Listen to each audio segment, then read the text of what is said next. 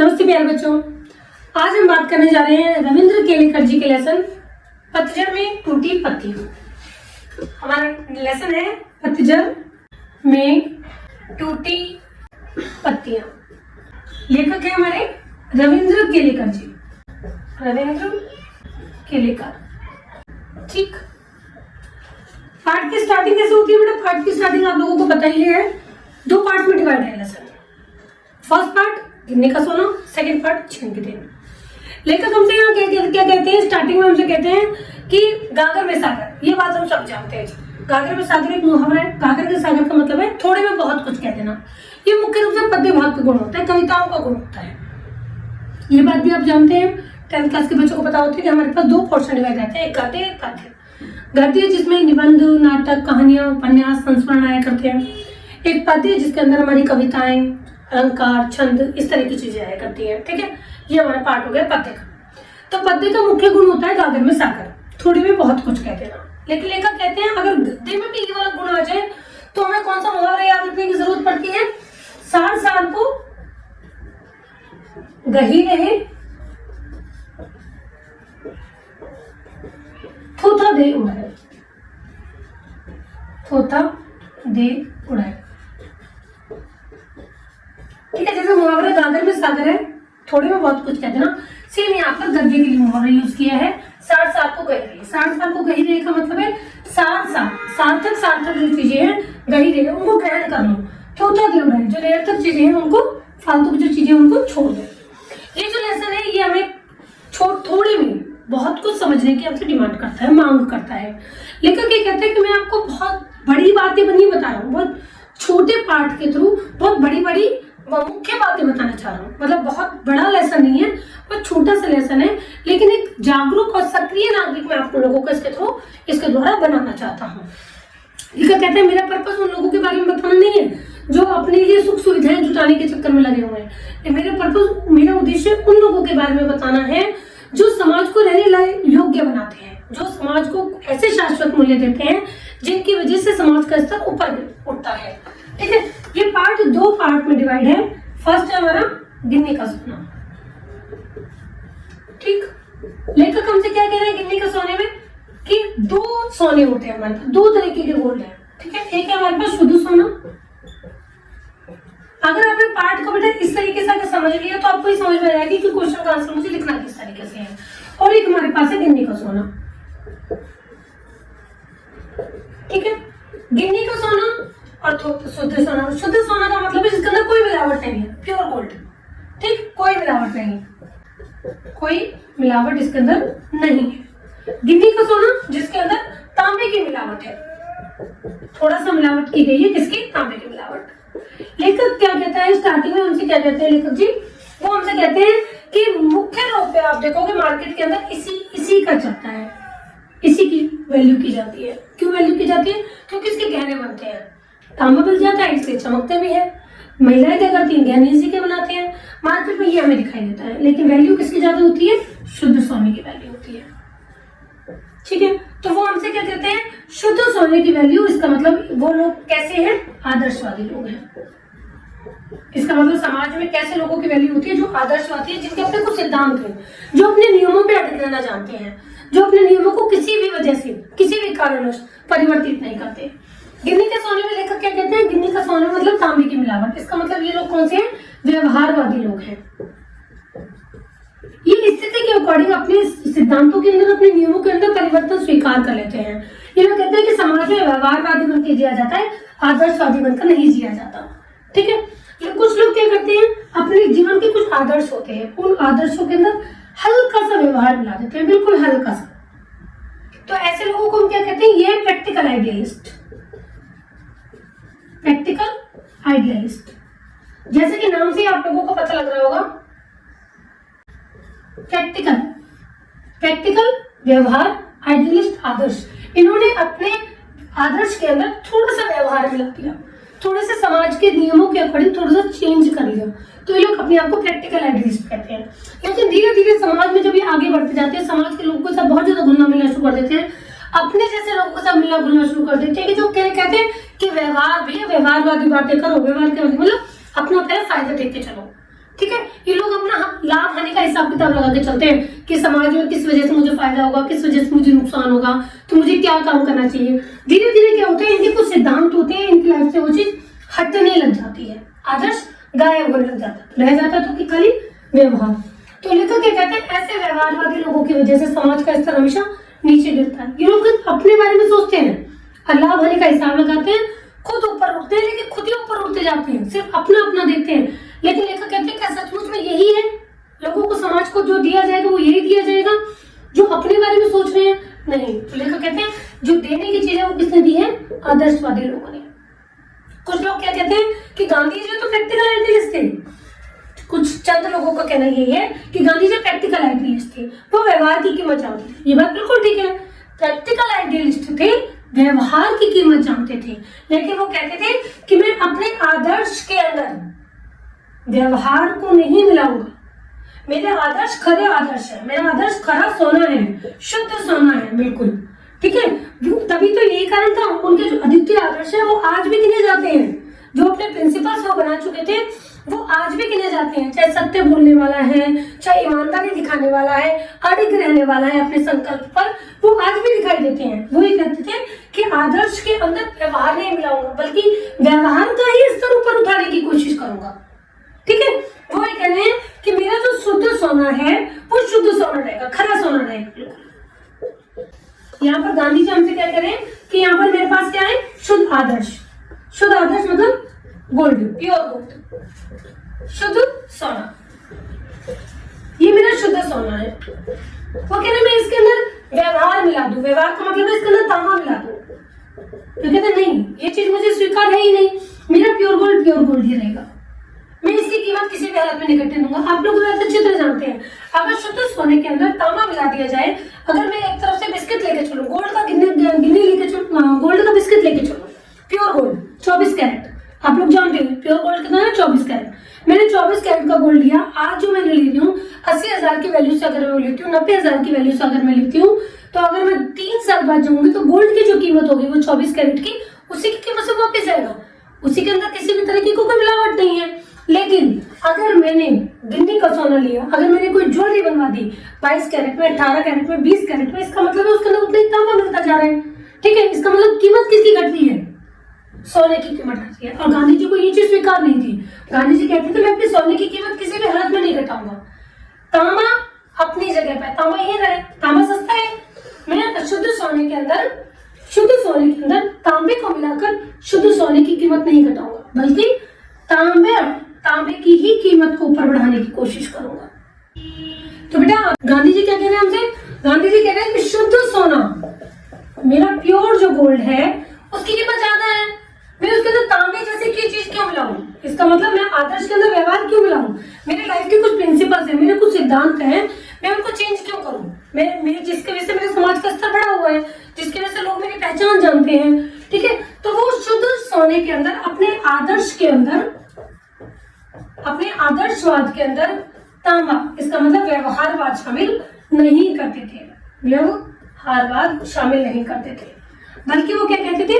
वो ये कहते थे कि मैं अपने तांबे की ही कीमत बढ़ाऊंगा। अगर मैं सोने के अंदर तांबा मिलाता हूँ तो सोने की कीमत बढ़ती है, मैं अपने सोने की कीमत क्यों घटाऊं? वो कहते थे कि तांबे के अंदर मैं सोना न मिलाऊंगा, ठीक है।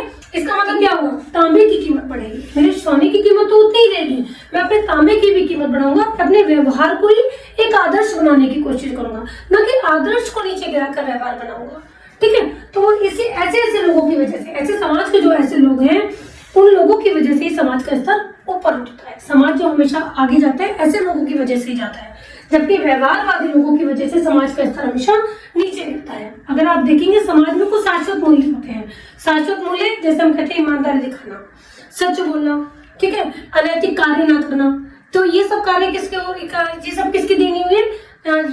ये सब समाजवादी आदर्शवादी लोगों का ही दिया हुआ है। समाज में सारी चीजें जो हमें दी है, शाश्वत मूल्य जो दिए हुए हैं, वो हमारे आदर्शवादी लोगों के दिए से दिए हुए हैं। अब ठीक है, अब आप लोगों को ये बात समझ में आई होगी कि गिन्नी का सोना पाठ का नाम क्यों रखा गया है। गिन्नी का सोना, इसका मतलब तांबे की मिलावट, तांबे जिसके अंदर अशुद्ध सोना, जिसके अंदर कोई मिलावट नहीं है, 24 कैरेट का जो गोल्ड है, ठीक। 24 कैरेट गिन्नी का सोना आप जो लोगे वो 22 कैरेट में भी ले सकते हैं, 18 में भी ले सकते हैं, 16 में भी ले सकते हैं, 20 में भी ले सकते हैं, किसी में भी ले सकते हैं। इसमें सब में तांबे की मिलावट की गई है। तांबे की मिलावट क्यों की गई है? ताकि उसको ठोस बनाया जा सके। ठीक है, ठोस बनाया जा सके ताकि उसको एक शेप दी जा सके। शेप देने के बाद उसके अपनी मर्जी के ऑर्नामेंट बनाए जा सके, उसके गहने बनाए जा सके। लेकिन ये बात हमेशा ध्यान रखने की है, कीमत हमेशा शुद्ध सोने की ही रहती है। मार्केट में आप जाओगे, अगर वैल्यू करने की बात करोगे, आज अपने गोल्ड की कीमत 3 साल बाद 5 साल बाद भी वही लेना चाहोगे तो वो शुद्ध सोने की ही कीमत होगी। इसका मतलब आदर्शवाद की ही कीमत हमेशा रहती है। समाज में उन्हीं लोगों को गिना जाता है जो आदर्शवादी लोग हैं। व्यवहारवादी लोगों की गिनती नहीं की जाती। अगर मैं आज भी अपने साथ स्टैंड करने की बात करूंगी, मेरे साथ जो कुछ लोग खड़े हों, तो मैं उन लोगों में सबसे पहले उन्हीं की बात करूंगी जो आदर्शवादी लोग हैं, जो किसी भी स्थिति में अपने आदर्शों के अंदर, अपने नियमों के अंदर, अपने सिद्धांतों के अंदर परिवर्तन स्वीकार नहीं करते। व्यवहारवादी लोगों का क्या है? व्यवहारवादी लोग अपने फायदे के लिए कभी भी किसी को भी नुकसान पहुंचा सकते हैं। वो लोग लाभ और हानि का हिसाब लगाकर आगे कदम उठाते हैं। पर ऐसे लोग सिर्फ अपने बारे में सोचते हैं, दूसरों के बारे में नहीं सोचा करते हैं। तो ये पार्ट है गिन्नी का सोना। ठीक है, तो थोड़े में बहुत कुछ समझाने की कोशिश हमें लेखक ने करी है। सार सार को गही रहे थोता दे, ये मुहावरा याद रखने की चीजें बेटा। ठीक है, अब हमारा जो सेकंड पार्ट है इसी लेसन का, तो सेकंड पार्ट है हमारा जैन की देन। ठीक, अब जैन की देन हमारा क्या है? जैन की देन बेटा बौद्ध दर्शन की दी हुई ध्यान की पद्धति है। अब हमारा सेकंड जो पार्ट है बेटा वो है हमारा जैन की देन। ठीक, फर्स्ट पार्ट था गिन्नी का सोना, सेकंड पार्ट है जैन की देन। जैन की देन, देन से मतलब क्या होता? दिया हुआ। जैन परंपरा का नाम है एक। ठीक, जो किसके पास है? जापानियों के पास। लेखक हमसे कहता है जैन की परंपरा जो है जापानियों के पास एक बहुत बड़ी देन है। ठीक है, जैन की दी हुई, देन मतलब दी हुई। ठीक, लेखक हमें क्या कहते हैं? बौद्ध दर्शन के अंदर एक पद्धति है ध्यान की पद्धति। ध्यान की पद्धति के कारण ही जापान के लोग अपने व्यस्ततम दिनचर्या में से, अपने बहुत बिजी शेड्यूल में से भी अपने लिए रेस्ट के कुछ, सुकून के कुछ पल निकाल पाते हैं। नहीं तो क्या होता? नहीं तो ये होता, लेखक पाठ को स्टार्ट करता है। लेखक कहते हैं कि मैं अपने दोस्त के पास गया, जापान गया, मैंने उससे पूछा कि यहाँ के लोगों को कौन सी बीमारियां ज्यादा होती हैं। वो मुझसे कहते हैं कि यहाँ के लोगों को मनोरोग ज्यादा होते हैं। मनोरोग से मतलब क्या? मानसिक बीमारियां। मनोरोग से मतलब मानसिक बीमारियां। मानसिक बीमारियां क्यों होती हैं? क्योंकि यहाँ के लोग हर चीज में कंपटीशन रखते हैं, और कंपटीशन का मतलब प्रतिस्पर्धा करते हैं। प्रतिस्पर्धा किससे करते हैं? अमेरिका से प्रतिस्पर्धा करते हैं आगे बढ़ने की। अमेरिका से प्रतिस्पर्धा करने का कारण हमें लेखक ने यहाँ पे नहीं बताया, लेकिन हम सभी जानते हैं कि स्पेशली अमेरिका से प्रतिस्पर्धा करने का कारण क्या है? जापान के हिरोशिमा और नागासाकी पर बम गिराया गया था। बम गिराने के कारण वहां के हालात जो हुए थे उसके बारे में हर एक बंदा जानता है कि कितनी बुरी हालत थी जापान के लोगों की, जिनको आज भी उसके कारण नुकसान भुगतना पड़ता है। नुकसान ही नहीं, वो लोग अपंग हो गए और आज की आने वाली पीढ़ियों पे भी उसका प्रभाव नजर आता है। तो अमेरिका से ये लोग मुकाबला करके चलते हैं कि अमेरिका के पास ऐसा क्या है जो हमारे पास नहीं है। इसके कारण ये क्या काम करते हैं कि 1 महीने का काम 1 दिन में निपटाने की कोशिश करते हैं, जिसके कारण क्या होता है? लेखक कहता है पहले ही इस दिमाग के अंदर इसकी सोचने की जो गति है वो पहले ही बहुत तेज है। जापान के लोगों ने इसमें क्या कर दिया? जापान के लोगों ने इसमें लगा दिया स्पीड का इंजन। जापानी लोग दिमाग के अंदर क्या लगा रहे हैं? स्पीड का इंजन। स्पीड का इंजन लगाने के बाद क्या हो गया? इसकी गति और ज्यादा बढ़ गई, यानी कि दिमाग की गति। दिमाग की गति इसका मतलब क्या है? दिमाग की गति लगाने से मतलब है सोचने विचारने की जो समझ है वो और ज्यादा बढ़ा दी उन्होंने। तो क्या होगा? दिमाग का एक लेवल है, वो जिस चीज को बर्दाश्त कर सकते हैं, एक टाइम के बाद वो इंजन क्या होगा? टूट जाएगा। तो जब टूट जाएगा तो क्या होगा? मानसिक बीमारी होने के, डिप्रेशन में जाने के चांस ज्यादा रहेंगे। तो वो कहता है कि जापान के जो लोग हैं बोलते नहीं है, बड़बड़ाते हैं। चलते नहीं है, दौड़ते हैं, बकते रहते हैं, बड़बड़ाते रहते हैं। क्यों? क्योंकि हमेशा किसी न किसी सोच विचार में लगे रहते हैं, और सोच विचार में लगे रहते हैं तो उन्हें मानसिक बीमारी होने के चांस ज्यादा रहते हैं। ठीक है, तो लेखक कहते हैं कि लेखक का दोस्त कहते हैं कि एक बार मेरे साथ चलो। उनको कहीं लेकर जाता है। कहाँ लेकर जाता है? वो एक जगह पर लेकर जाता है जहाँ पर चाय पीने सिखाया जाता है। चाय पीने सिखाया मतलब चाय के लिए कुछ पल निकालते हैं वो अपने लिए। किस लिए निकालते हैं? ताकि अपने दिमाग को थोड़ा शांत किया जा सके। जब लेखक वहां पहुंचते हैं तो लेखक वहां पे देते हैं, एक बंदा है जिसका नाम है चाजिम, वो उनका बहुत अच्छे तरीके से स्वागत करता है। दोजो इसमें लिखा हुआ है, दोजो मतलब आइए आपका स्वागत है। वो उनको अंदर लेके जाता है। लेकर कहता है कि 6 मंजिल की एक इमारत है जिसके जो पर्ण कुटिया, पत्तों से बनी हुई कुटिया है, जिसकी दीवारों पर बहुत सुंदर चित्रकारी की हुई है। जमीन जो है वहां पर जैसे चटाई बिछी हुई हो इस तरीके की जमीन है। मतलब माहौल बहुत ही सुंदर वातावरण है, बहुत ही। अब वो लेकर जो चाजीन क्या करता है,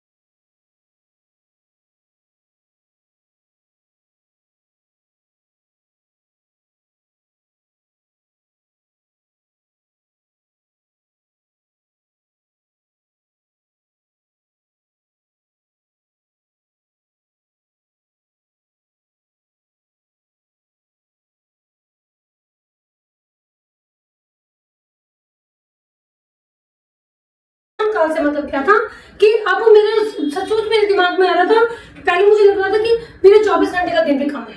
क्यों? क्योंकि मेरे दिमाग में हमेशा याद वो चलता रहता था कि ये सब मेरे साथ क्या हो गया, क्यों हो गया, मेरे साथ ही ऐसा क्यों हुआ, या फिर भविष्य के रंगीन सपने चलते रहते थे कि आने वाले टाइम में ये करूंगा, आने वाले टाइम में वो करूंगा। तो भूत और भविष्य में सारा टाइम खराब कर दिया, वर्तमान के लिए कुछ बचा ही नहीं। वहां बैठने के बाद लेखक को एहसास हुआ कि भूत और भविष्य तो कुछ है ही नहीं। भूत और भविष्य दोनों मिथ्या है। मिथ्या का मतलब भ्रम है, दोनों की चीज एक तरह से झूठ है। क्यों? क्योंकि एक जा चुका है और दूसरा भी आया ही नहीं है। वास्तविक है तो क्या? वर्तमान। तो हमें किसके ऊपर, किसमें जीने की कोशिश करनी चाहिए? वर्तमान में जीने की कोशिश करनी चाहिए। लेकिन कहते हैं उस दिन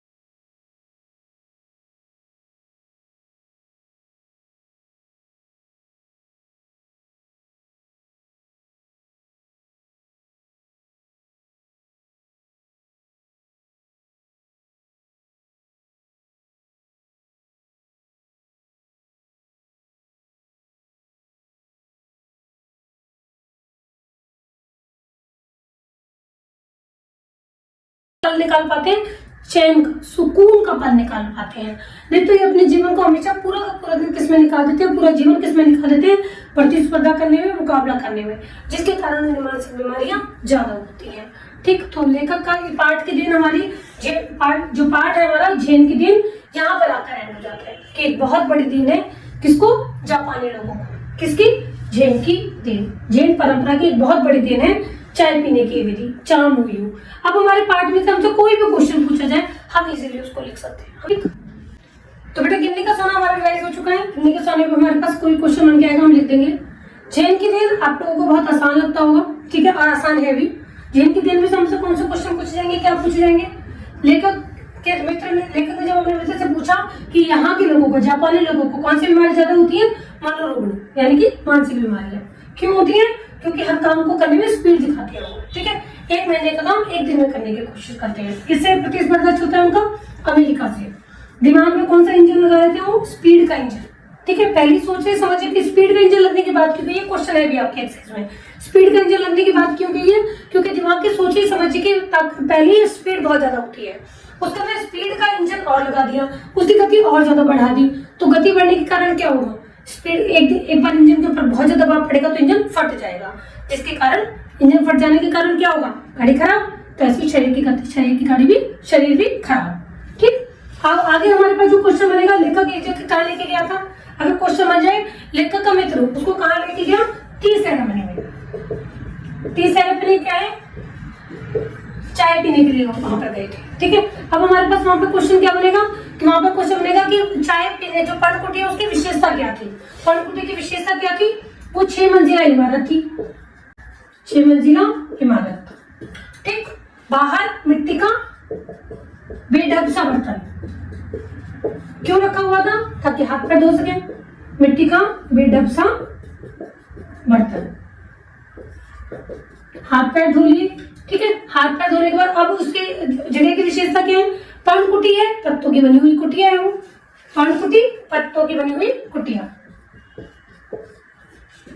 गए छत पे उसने जाके क्या देखा, दीवार कैसी थी, दीवारों पर चित्रकारी की हुई थी, जमीन उसकी कैसी थी, चटाई वाली जमीन, जैसे जब कोई चटाई बिछी हुई हो, चटाई बिछी हुई जमीन। तो ये हो गई उस जगह की विशेषता। अब एक वर्ड इसके अंदर आता है चाजीन। चाजीन के ऊपर भी क्वेश्चन कई बार बन जाता है कि चाजीन ने क्या किया। चाजीन कौन था, चाजीन जिसने इनका स्वागत किया था, कहां पर, अंदर जाने पर। जब ये अंदर गए थे, प्रवेश अंदर किया था, तो चाजीन ने सबसे पहले इनका स्वागत किया था। इनका जब इन्होंने हाथ पैर धोए, इनको टॉवल दिया, तौलिया दिया, ठीक है। तौलिया देने के बाद इनका वेलकम किया, इनके लिए चाय पानी बनाने का काम किया। उसके बाद उसने जो जितने भी कार्य किए, चाहे वो तौलिया पकड़ाने का है, चाहे वो बर्तन लाने का है, चाहे चाय बनाने का है, ये सारे काम उसने इतने सुंदर ढंग से किए थे कि ऐसा लग रहा था कोई जय जयवंती का सुर गूंज रहा है। जय जयवंती, जय जयवंती का सुर, ये एक राग का नाम होता है, जय जयवंती का सुर गूंज रहा हो ऐसा लग रहा था, ठीक है। तो ये हो गया, चाजीन के कार्य इतने सुंदर थे कि जय जयवंती का सुर गूंज रहा। अब इसके अंदर इंपॉर्टेंट चीज क्या है, इसके अंदर इंपॉर्टेंट चीज है वहां शांति। जय जयवंती का सुर क्यों गूंज रहा था, क्योंकि वो सारे कार्य इतने सुंदर तरीके से कर रहा था कि कोई म्यूजिक चल रहा हो, कोई राग चल रहा हो, क्योंकि वहां पे शांति होने के कारण सारी चीजें बहुत बारीकी से महसूस हो रही थी। लेकिन ने खुद ने कहा था, जब चाजीन चाय बना रहा था तो मुझे पानी के उबलने की आवाज, पानी के बुदबुदाने की आवाज भी क्लियर सुनाई दे रही थी, साफ सुनाई दे रही थी। क्यों, क्योंकि वहां शांति बहुत थी, और शांति को इसके अंदर मुख्य रूप से महत्व दिया जाता है, ठीक है। किसके अंदर, चानुयू चाय पीने की परंपरा, जो किसकी देन है, जैन की देन है। और इस टी सेरेमनी के अंदर 3 लोगों से ज्यादा लोगों को प्रवेश नहीं दिया जाता, क्योंकि यहाँ शांति मुख्य है। अब लेखक एंड में दोबारा रिपीट हो रही है बात। अब लेखक एंड में क्या कर रहे हैं कि सबसे जरूरी चीज क्या है, वर्तमान में रहना। भूत और भविष्य के बारे में कल्पना नहीं करनी चाहिए, भूत को भी छोड़, भूत के बारे में तो कल्पना होगी क्या, भूत हो चुका है, भूत बीत चुका है, तो भूत के बारे में दुख मनाना बेकार है। भविष्य के रंगीन सपने देखने का भी कोई फायदा नहीं है, क्योंकि जब हम वर्तमान में रहते हैं, हमारा वर्तमान अच्छा है तो भविष्य हमारा अच्छा होगा ही। तो लेखक हमें बहुत अच्छी सीख देता है लास्ट में कि हमें किस में रहने की कोशिश करनी चाहिए, वर्तमान में रहने की कोशिश करनी चाहिए, क्योंकि वर्तमान में अगर रहने की कोशिश करेंगे तो वर्तमान में काम भी ज्यादा करेंगे, वर्तमान हमारे लिए बहुत लंबा हो जाएगा। जो हम छोटी छोटी शिकायतें करते हैं ना कि टाइम बहुत कम था नहीं कर पाए, टाइम बहुत कम था नहीं कर पाए, उसका कारण यही है क्योंकि हम भूत और भविष्य में ज्यादा रहते हैं। अपना मोस्ट ऑफ द टाइम बच्चे जो स्टूडेंट्स तैयारी कर रहे होते हैं, अंतर भी यहीं पे आता है बेटा पढ़ने में। जो बच्चे कहते हैं 4 घंटे में तैयारी की फिर भी उसके बाद नंबर नहीं आए, उसका कारण ये था कि उनका ज्यादातर टाइम भूत में चला जाता है कि यार पहले पढ़ लिया होता तो शायद अच्छा होता, या फिर भविष्य में कि अगर अच्छा रिजल्ट आएगा तो मैं ये सब कर पाऊंगा। वर्तमान में हमारे पास टाइम बहुत कम होता है। अगर आप सचमुच सोचने की कोशिश करोगे तो यही होता है। लेकिन जो बच्चे बहुत पेशेंस पढ़ते हैं, जो बहुत ध्यान से पढ़ते हैं, वो अपना पूरा का पूरा टाइम वर्तमान में देने की कोशिश करते हैं। यही कारण होता है कि उनका भविष्य भी अच्छा हो जाता है। तो लेखक ने बहुत अच्छी सीख दी है, हमें किस काल में रहने की कोशिश करनी चाहिए, वर्तमान में रहने की कोशिश करनी चाहिए। अगर वर्तमान में रहेंगे तो भविष्य अपने आप ही अच्छा हो जाएगा। नेक्स्ट क्लास में कारतूस, ठीक। लेसन आसान है लेकिन उसकी स्टोरी बहुत अच्छे तरीके से बताऊंगी ताकि आपको जल्दी चलते हो चलते